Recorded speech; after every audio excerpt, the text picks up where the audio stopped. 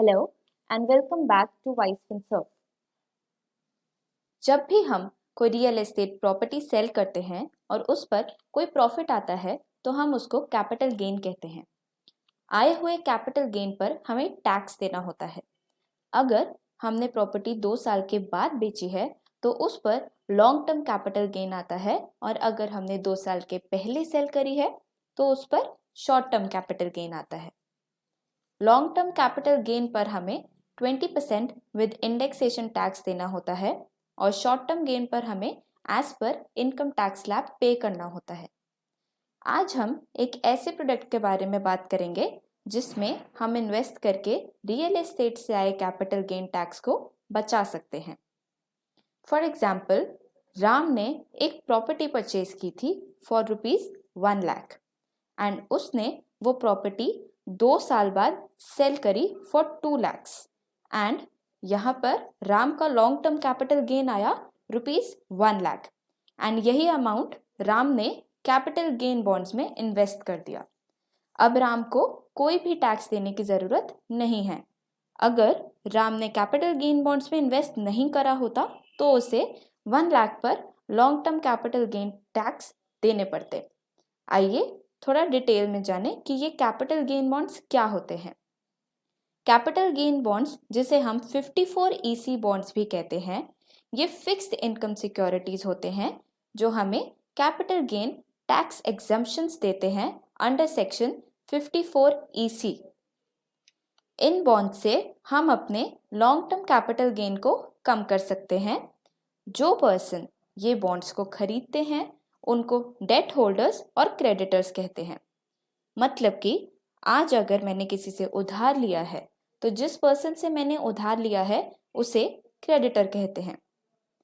Generally ये bonds को infrastructure companies ही issue करती हैं जो गवर्नमेंट से बैक्ड होती हैं, इसलिए इन बॉन्ड्स में रिस्क कम होता है। इनका टेन्योर 5 इयर्स का होता है और इन बॉन्ड्स को हम मैच्योरिटी से पहले रिडीम नहीं कर सकते हैं। हम इन बॉन्ड्स को सेकेंडरी मार्केट में सेल नहीं कर सकते because they are not listed on stock exchange.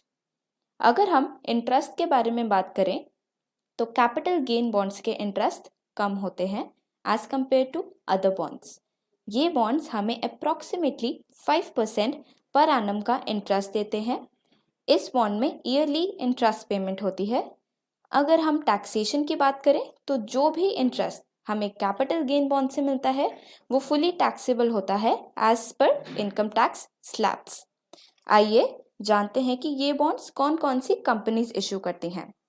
First is rural electrification corporation limited, second national highway authority of India, third power finance corporation limited, fourth Indian railway finance corporation limited.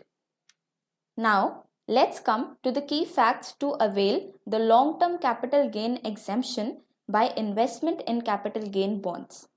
First one is, अगर हमें capital gain bonds में tax exemption चाहिए तो हमें assets के cell होने के 6 months के अंडर ही कैपिटल गेन बॉन्ड्स में इन्वेस्ट करना ज़रूरी है। नेक्स्ट, इन इन्वेस्टमेंट से हम 5 साल के बाद ही पैसों को रिडीम कर सकते हैं, जो कि अप्रैल 2018 तक 3 साल थी। Next is capital gain exemption हमें केवल लॉन्ग टर्म कैपिटल गेन पर ही मिल सकता है जो हम इमूवेबल प्रॉपर्टी पर ही आ रहा हो। शॉर्ट टर्म कैपिटल गेन पर हम कैपिटल गेन एग्जेम्पशन नहीं ले सकते हैं। नेक्स्ट, एग्जेम्पशन हम मिनिमम 50 lakhs तक ही ले सकते हैं।